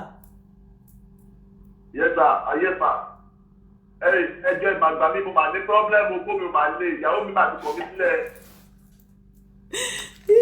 Kí ló dé tó kọ yí ò lé kí lẹ fọ́ kó ṣe tí ò lé. Mi ò ṣeré mi ò rẹ́rìn o ó ti kọ̀ mí sílẹ̀ o ìyàwó tí mo fẹ́ bá ti mo dá Amẹ́ríkà gbà láti ṣèwé ó ti kọ̀ mí sílẹ̀ tó kó mi ò lé o. Kí ló dé ọmọ ọdún mélòó ní tó kọ yí ò lé. Mo ṣe pé 50 years ni. Kò yẹ kó kọ yí má lè. Kò lé o ọmọ Áfíríkà tí mo tún fẹ́ ní ìsìn báyìí gbogbo agbójẹ tí bá mi gbé wá láti Nàìjíríà gbogbo ẹ̀kọ́ olùmọ́ra máa ń sa ọkọ̀ fún mi wákàtí náà kó tó le agídí máa gbogbo ẹ̀ sínú díẹ̀ kí n tó lò ṣẹ́jú kan báyìí máa fi release. Báwo ni obìnrin yẹn gan báwo lobìnrin yẹn gan ṣe. Hello. Mo ń gbọ́ yín. Bí mo ṣe wo program yìí lórí YouTube ni mo ṣe rí nípa yín o. Ẹ jẹ́ ẹgbàá nítorí Ọlọ́run o. Ẹ pè mí after show yìí. Kí n pè é ní how many hours? In 2 hours. In 2 hours time àbí? Bẹ́ẹ̀ni. Ẹ jọ̀ọ́ Ọlọ́run aṣáájú ẹ̀yin náà o. Ẹ ṣé. One thing you don't understand about oko líle ṣe rí bí ọkùnrin bá ṣe ń dàgbà ọkùnrin náà máa ń wá andropause bọ́kùnrin bá dẹ̀ ṣe ń dàgbà agbára yẹn náà máa reduce bọ́kùnrin bá ṣe ń dàgbà law of diminishing return náà máa fall in ẹ̀yin obìnrin wa ọ̀pọ̀lọpọ̀ ìgbà ẹni iṣẹ́ ṣe àwọn láti máa assist ọkùnrin tí okó wọn ò bá le ìwọ obìnrin tó bá mọ bí wọ́n ṣe ń mú okó ọkùnrin mo fi Ọlọ́run ọba bẹ́ẹ̀ jokes apart lọ kọ́ bí wọ́n ṣe ń mú okó ọkùnrin the best way láti lè help ọkùnrin kí okó ẹ̀ le òun ni láti mú okó wọn and kò dẹ̀ ṣe pé bí àkọ́kọ́ da gbogbo ẹnu mọ́ oko ó láti mọ bí wọ́n ṣe mú oko láti perineum láti ibi line tó so oko pọ̀ mọ́ ẹpọ̀n ibẹ̀ ló ti máa bẹ̀rẹ̀ oko mímu oko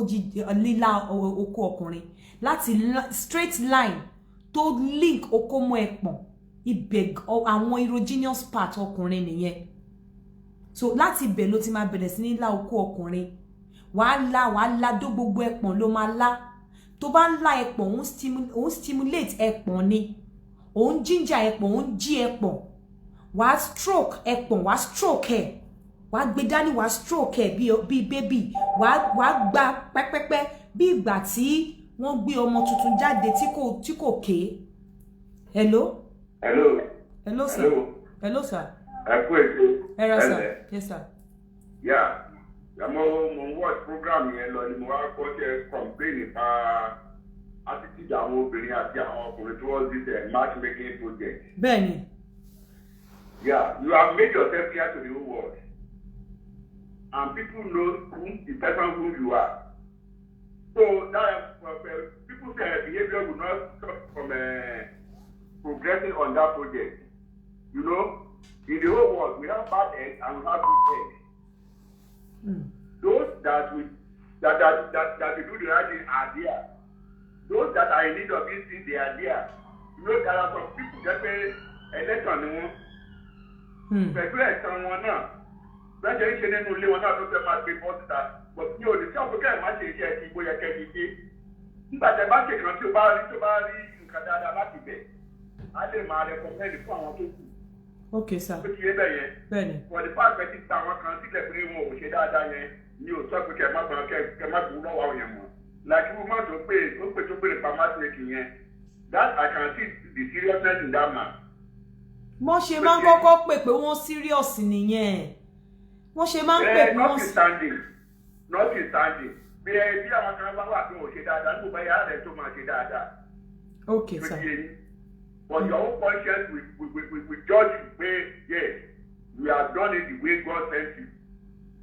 Ẹ ṣé sir. Ẹ ṣé sir. God bless you sir. Continue pẹ̀lú ẹ̀. Ẹ ṣé sir. So as I was saying, ọ̀pọ̀lọpọ̀ ìgbà a ní láti help ọkùnrin. Ibi perineum yẹn a máa stroke, a máa bá wọn stroke ẹpọ̀n wọn. Because tọkùnrin bá ti ń dàgbà tó ti ń over 50, agbára yẹn ò gbé bíi ti tẹ́lẹ̀ mọ́. Ọ̀rá yàtọ̀ sára. Just like obìnrin míì tó bá ti ń wọ 50, bá ṣe sọ pé menopause ìgbà yẹn gan ni ara ẹ̀ jí sóko. Obìnrin míì tó bá ti ń gbẹnu lé 50, obìnrin míì go enjoy okó rí àfìgbà tó bẹ̀rẹ̀ sí ní gbẹnu lé 50.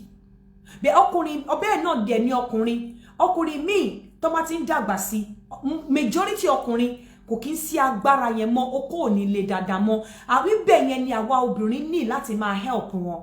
Ìwọ obìnrin tó bá mọ oko ńlá tó mọ bó ṣe mú oko, mo fi Ọlọ́run ọba bẹ̀, go and learn it. Because tó bá mọ oko mu tí oko ọkọ ẹ ò dẹ̀ ṣiṣẹ́ tààrà mọ́, ó ń pa oko yẹn sí ni, ó láti lè assist ọkùnrin láti jẹ́ kókó ẹ̀ ṣiṣẹ́. I'm telling you, ó láti lè assist ọkùnrin, ó láti lè lá ibi perineum abẹ́ ẹpọ̀n ọkùnrin, ó láti lè stroke ẹpọ̀n ọkùnrin, wá stroke ẹ̀, wá ginger ẹ̀, wá mí pàpàpàpàpà kó mọ̀ pé yes, tó bá mí ó máa fún ọkùnrin yẹn ní sweet pain. Tó bá fẹ́ lá okó ọkùnrin, wọn ò ní kó máa lọ báyìí.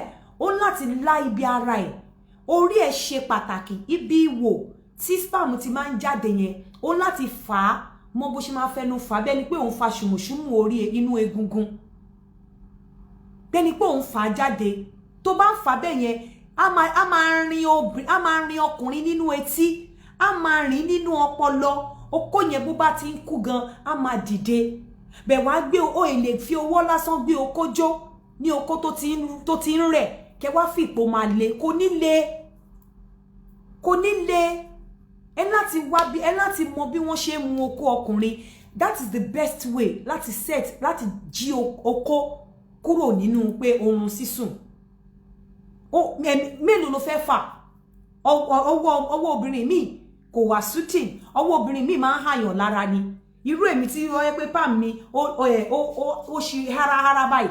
Mélòó ni mo fẹ́ fi fa ọkùnrin? Ọwọ́ obìnrin míì kàkà kó mú ara ọkùnrin le, ó máa jẹ́ kí ara ọkùnrin tún rọ̀ sí ni but mímu okó tí ẹnu ẹ wà ẹnu ẹ ó ti hydrate ẹnu ẹ dáadáa ẹnu ó fi itọ́ sí ẹnu ẹ dáadáa wá fi mu okó wàá help ọkùnrin tí ọkùnrin bá ti ń dàgbà àwọn okó yẹn ò ní ṣiṣẹ́ bó ṣe ń ṣiṣẹ́ tẹ́lẹ̀ mọ́ it's normal 85% ọkùnrin ló ń experience ẹ̀ tí kò dẹ̀ ṣe pé bóyá wọ́n lárùn tí kò ṣe pé bóyá wọ́n wà diabetic nítorí tí kò ṣe pé bóyá wọ́n ní jẹ̀díjẹ̀dí but àgbà ti ń dé agbára yẹn ò sí púpọ̀ ìwọ obìnrin ló máa help wọn ìwọ obìnrin ló máa help wọn gbogbo ìgbà tí ọkùnrin gan bá ti ń dàgbà ẹpọ̀n wọn ti ń já wálẹ̀ okó wọn ti ń shrink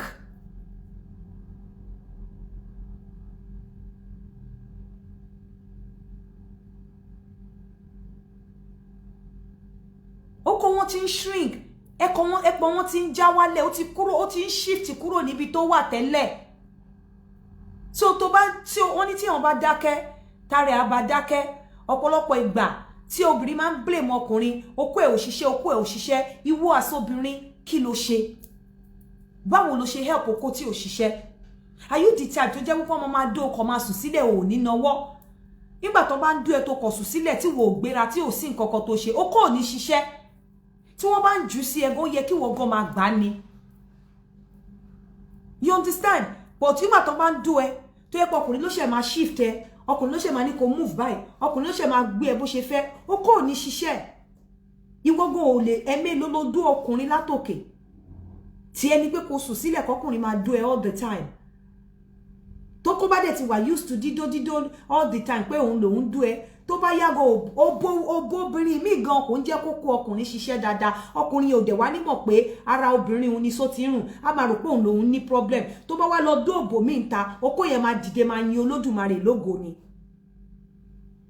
I'm telling you just wá kó sùn sílẹ̀ kò sí nǹkan kan tó lè trigger okó ọkùnrin lára ẹ obìnrin míì á máa run ata á máa run ọbẹ̀ okó tó dẹ̀ ti jẹ́ pé ó ti ń wá ọ̀nà àti kú tẹ́lẹ̀ bóyá èjì ò sí ní èjì ò sí ọ̀nà ọkùnrin side àwọn nǹkan tó yẹ kó o ṣe tó lè máa trigger tó tẹ̀lé máa help ọkùnrin ò ṣe ẹ̀mélòó lọ wá ògidì ẹmu gidi tó jẹ́ pé ẹmu ọ̀pẹ gidi tó ṣe fish pepper soup sí lọ́wọ́ ìrọ̀lẹ́ bíi 6 a.m. tó gbé síwájú tó wá àwọn abọ́ ayé àtijọ́ yẹn bó dẹ̀ jẹ́ igba ayé àtijọ́ tó ṣe pepper soup sí tó gbé ògidì ẹmu sẹ́gbẹ̀ẹ́ tó serve ọkọ ẹ̀ tó ní kó mú tán tó dẹ̀ sọ pé tó bá ti mú tán o ti jóúnjẹ inú tán wá jóúnjẹ ẹ̀mí o tó jẹ pepper soup tán tó fi ògidì ẹmu lé tí ò ń ṣe bíà o bóyá ògidì ẹmu àbí burúkutu tó fi lé tó wá ní kó wá dú ẹ kò ṣe bíà kò ṣe ọtí ògidì ẹmu gidi ẹ̀mélòó ló ṣe fọ́kùnrin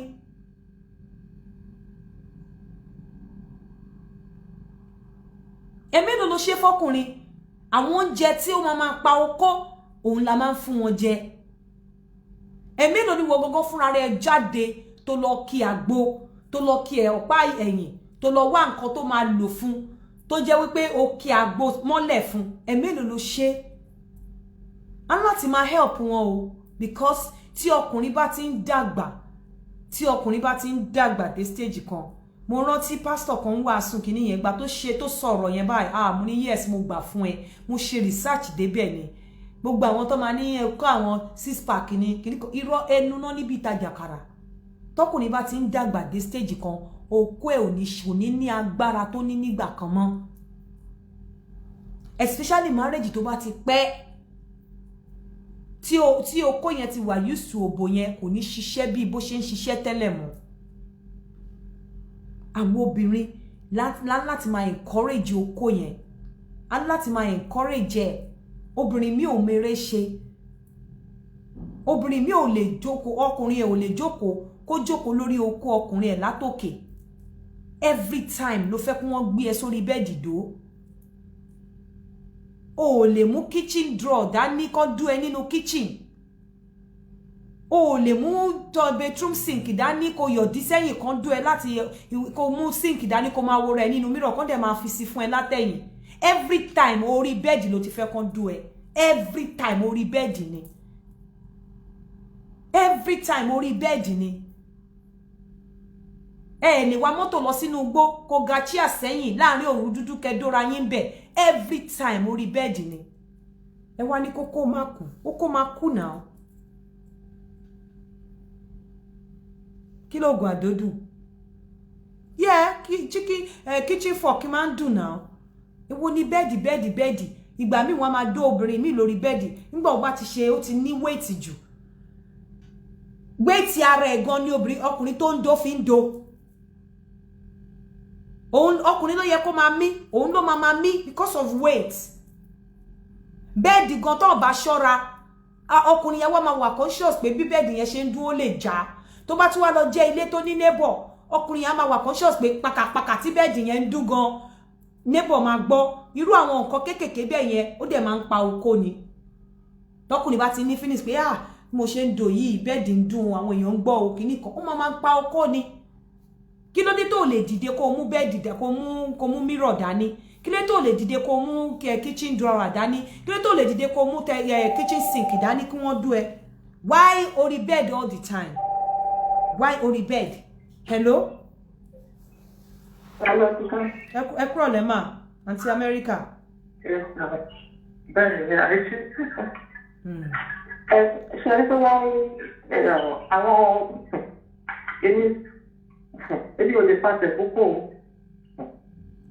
lè ṣe kí ni. ọkùnrin ní ìkan tó papọ̀ èmi ò lè pàṣẹ púpọ̀ kí lẹ mí bá pé ọkùnrin ní ìsìnbáyé ara ẹ̀ jẹ́ àwọn ọkùnrin kan ti wọ́n ti àwọn kan lọ finish ara wọn. báwo ló ṣe finish ara wọn mọ́. èrò táwọn kan ń lo ara wọn wọn help ara wọn. how no bíi ti báwo ni ìlò tó ń lo ara wọn ẹ má bínú o.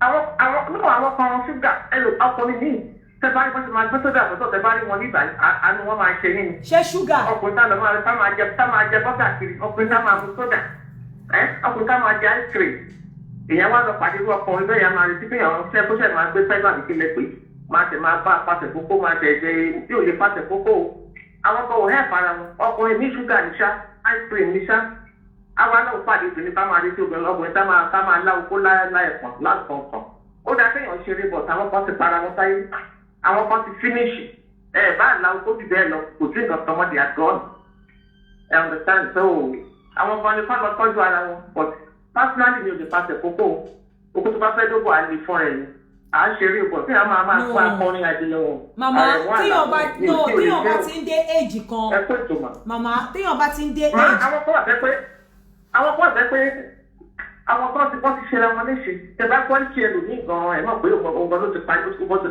wọ́n ti parí ara ẹ̀ jẹ́ ẹ̀ understand. bẹ́ẹ̀ni. àwọn lọ sọ máa pension sí àwọn ẹ̀ tó máa pàṣẹ kókó mi kan mi ò lè pàṣẹ kókó ẹgbẹ́ fẹ́ lóko kò tọ́jú ara ẹ̀ ni ẹ ṣe. yes ma but I still put it to you téèyàn bá dé age kan even kò jẹ́ ẹni tí ò kì í mu ṣúgà tí ò mu anything tọkùnrin bá dé age kan okó lè ṣiṣẹ́ bó ṣe ń ṣiṣẹ́ mọ́ I'm telling you ó dàbí àwọn tó bá wọ menopause is not an excuse láti má dòkó but irú èmi bí mo ṣe ń wora mi tí bá wọ menopause mo ṣì ń do lọ ni I'm telling you bí àwọn kan wà tó jẹ́ wípé kọ́ńtẹ̀ tó wọ menopause gan okó ti sú wọn so irú àwọn èèyàn yẹn tó bá wọ menopause adley ló máa fi lè dóko bẹ́ẹ̀ lọ̀rọ̀ kìíní yìí ṣe rí ọkùnrin jẹ ṣúgà kò jẹ ṣúgà ìyẹn ò ní wípé kó má jẹ anything tó bá tó stage kan okó ẹ̀ ò ní ṣiṣẹ́ bó ṣe yẹ kó ṣiṣẹ́ mọ́ ó nídìí nǹkan láti fi gbé àwọn obìnrin míì tó bá ti wọ menopause báyìí kó tó wọ menopause gan òbò wọn ti wọ demorage I'm telling you òbò wọn ti gí pàtà òwúrọ̀ àwọn yẹn lọ́yẹ́ pé tó bá fẹ́ fi okó sínú òbò wọn báyìí a máa dún crack òbò ti crack àwọn obìnrin míì dẹ̀ wà tó jẹ́ wípé menopause yẹn ó dàbẹ̀ ni wípé nǹkan tó ti ń dúró dè ni a wá sọ wọ́n di wípé bí ojúmọ́ kan okó kan ni tó ti yé yín ojúmọ́ kan okó kan ni so èmi ò ní pé and there's something tí mo ti ẹ̀rọ expect wọn máa sọ bí àwọn máa sọ wípé bóyá ọkùnrin mi tó bá ti ń dóbò iye òbò tóbìnrin ọkùnrin dó láyé ẹ má jẹ́ ká tanra wa bí òbò ṣe kí ń ka mítà bẹ́ẹ̀ náà ni kò sí mítà kan fún oko iye òbò tí ọkùnrin dó láyé kò ní kí oko ẹ̀ má ṣiṣẹ́ ní kò stop ẹ̀ láti má dóbò. Hello. Ẹ kálẹ́ o. Ẹ kálẹ́.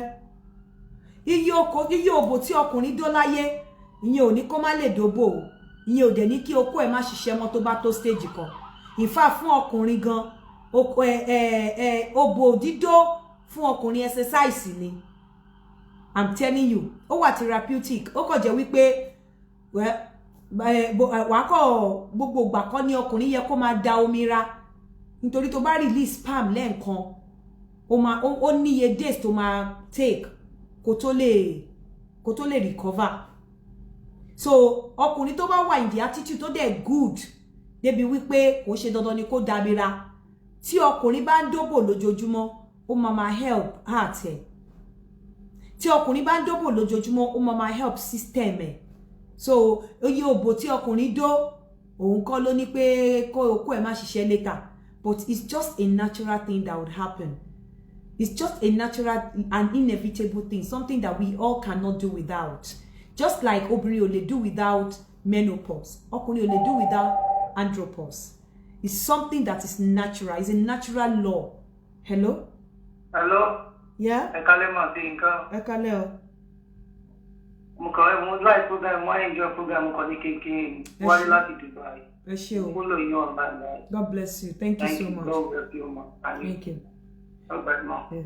So ọkùnrin dóbò oríṣiríṣi ìyẹn kọ́ ló máa pa okó ẹ̀ o ìyẹn kọ́ yeah sugar tó bá dẹ̀ tọ́jú ara ẹ̀ but tó bá jẹ sugar tó bá ní diabetic sugar or anything kò ní kọ́kùnrin má lè dóbò provided tó bá ti ń take care rẹ̀ but ibi tí problem ẹ̀ wà ní wípé when you have a medical issue like diabetic àbí èèyàn ní prostate cancer or something that is when you start having problems but wípé ọkùnrin oúnjẹ gbá oúnjẹ àwo ọkùnrin tó jẹ gbá tó jàwó tó bá lè ní nǹkan láti lè neutralize gbogbo kìíní yẹn nínú system ẹ kò stop ẹ but the main thing that is natural the natural thing that is bound to happen is age máa take toll ẹ tí age bá ti dé ó máa change a lot of things ṣé sugar ló ní kí okó ọkùnrin já wálẹ̀ kí ẹpọ̀n ọkùnrin já wálẹ̀ kò ń ṣe ṣúgà ló ní kẹ́pọ̀n ọkùnrin já wálẹ̀ náà tí èjì ẹ bá ti tó ṣé ṣúgà ló máa ní kẹ́pọ̀n ọkùnrin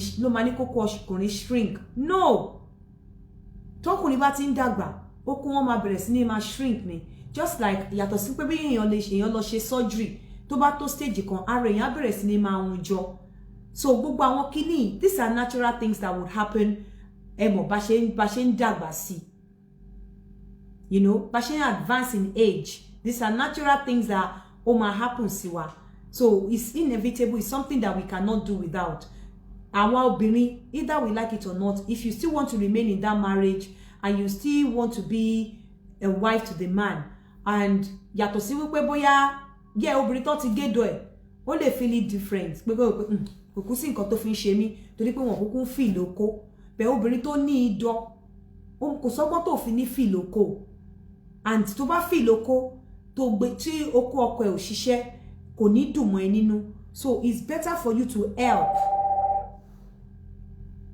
Hello?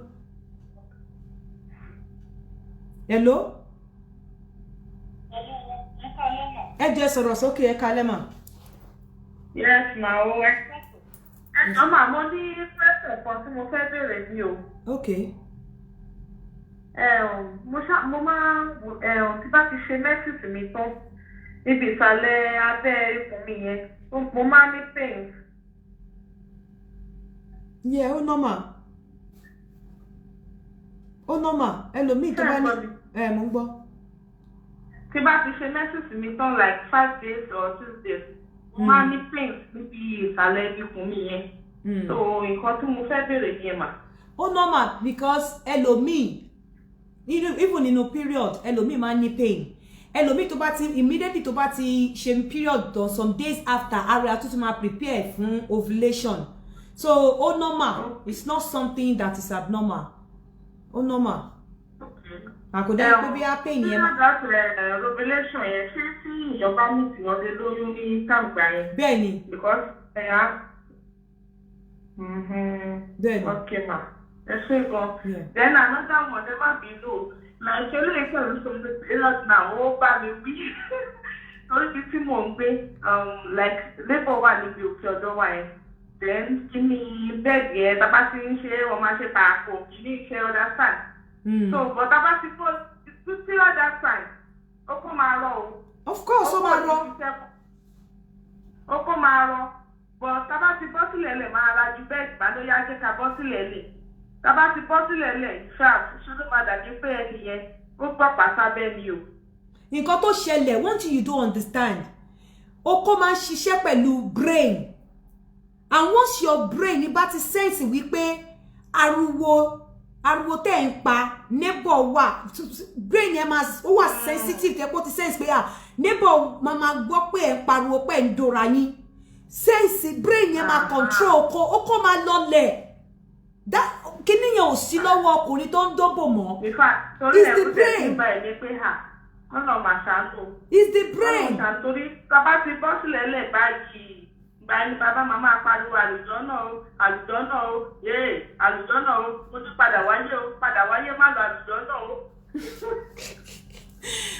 ó kọ́ máa ń tẹ́ bá ti mọ̀ wípé ẹ ní neighbor ẹ ṣeun tẹ́ bá ní neighbor. nípa ti ikùn yẹn ni pé bóyá ní infection ló jẹ́ kó máa rí bẹ́ẹ̀ yẹn.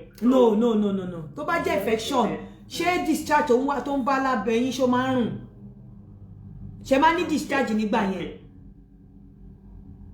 okay ma. ṣáàbẹ̀ yín máa ń rùn. ó dàrọ̀. ó dàrọ̀. kò sọ́gbọ́n tó bá tẹ́ bá ń dóra yín tí neighbor wà lẹ́gbẹ̀ẹ́ brain yẹn máa sọ fún ẹ wípé ẹ̀dẹ̀ ń dóra yín lọ́wọ́ neighbor ń gbọ́ ó kó máa rọ that's why tó bá ti find ara ẹ nírú situation yẹn kò ṣe gbogbo ìgbà lẹ́ máa dóra yín lórí bed make use of the toilet kitchen toilet sink make use of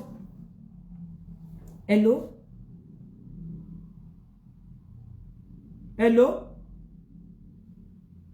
make use of the toilet sink make use of the kitchen tí o bá sáwọn ọmọ ńlé ìgbà míì gan ẹ kúrò lórí bed ẹ sọ mattress sílẹ̀ lẹ̀ ká láti avoid distraction because irú àwọn nǹkan báyẹn distraction ni tẹ́ bá ń pariwo tí bẹ́ẹ̀dì ń dún pákàpọ̀kò tí brain yẹn dẹ̀ sọ fún ẹ pé neighbor wà ń bẹ̀ brain yẹn á máa sọ fún ẹ pé ìtìjú leléyìí o tí bá jáde gbogbo èèyàn ló máa mọ̀ pé wọ́n dó mi ó kó máa rọ ara tiẹ̀ gan máa wálẹ̀ so that's why pé àwọn rules kan wà tá ń láti follow tá bá fẹ́ dóra wa and one of the rules ni wípé make sure pé wà ní comfortable position comfortable place space is very important kí ni àwọn nǹkan tó máa fi pé comfortable place ara wípé kẹ́ máa dóra yín níbi tí neighbor ti ń gbọ́ pé ń dóra yín kò wà comfortable enough kẹ́ máa dóra yín níbi tí àwọn èèyàn ti máa mọ̀ wípé ń dóra yín kò wà comfortable enough àfi tó bá jẹ́ wípé o care torí nígbà míì gan pé àwọn èèyàn mọ̀ pé ń dóra yín ariwo yẹn nígbà míì ó depend lórí body ó máa help body ẹlòmíì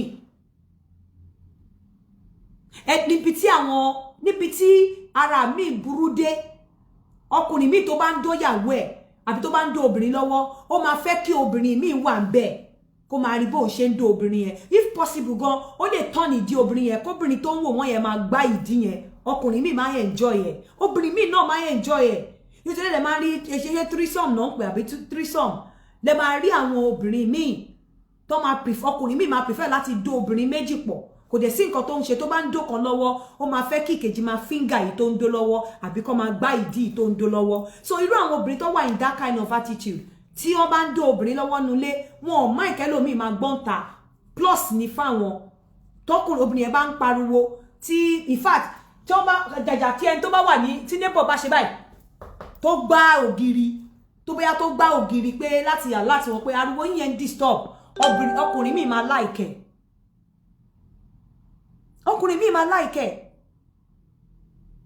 so please ọ̀pọ̀lọpọ̀ ìgbà a ní láti help àwọn ọkùnrin wa honestly a ní láti help wọn and tẹ́ bá fẹ́ dóra yín gbogbo ìgbà kọ́ lẹ̀ ń dóra yín lórí bed ẹ sọ mattress sílẹ̀ lẹ̀ kẹ́ dóra yín lórí ẹ̀ tẹ́ bá ní chair jẹ́ kóbìnrin mú chair dání kó yọ̀dí sẹ́yìn nígbà míì gan jókòó sórí chair jẹ́ kó obìnrin jókòó lórí ẹ̀ kó widen ẹsẹ̀ kẹ́sẹ̀ kan wà ní left kẹ́sẹ̀ kan wà ní right kó máa jókòó kó máa dìde gbogbo ìgbà kọ́ ni ẹ máa dóra yín lórí bed is just there láti sùn kó ṣe pé bóyá kẹ́ dóra yín ẹ just stop the attitude of pé kẹ́ máa dóra yín lórí bed I'm telling you ẹ kúrò lórí bed pátápátá bed tẹ́tí dóra yín tẹ́tí bí kíní bí kejì bí kẹta are you not tired of pé kẹ́ máa dóra yín lórí bed for what tẹ́ bá dẹ̀ máa dóra yín lórí bed gan ẹ jẹ́ kó jẹ́ tip bed kí ẹsẹ̀ kan wà nílẹ̀ kẹ́sẹ̀ kan wà lókè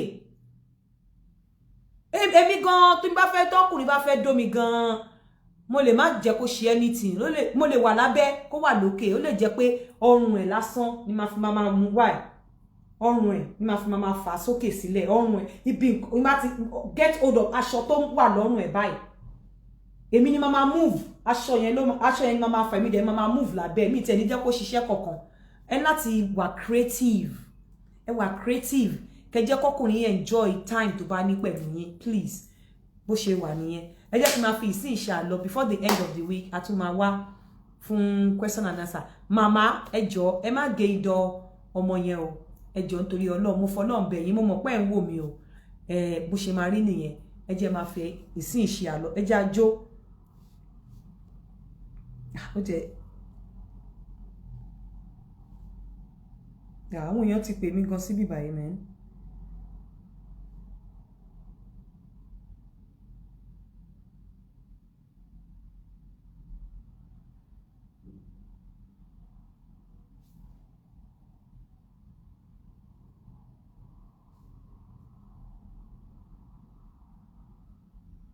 Ẹ jẹ́ àjò o.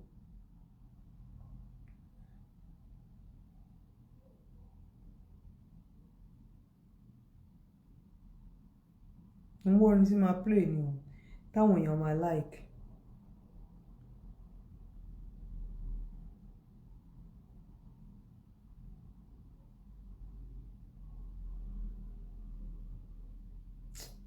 Wọ́n ní mi okay.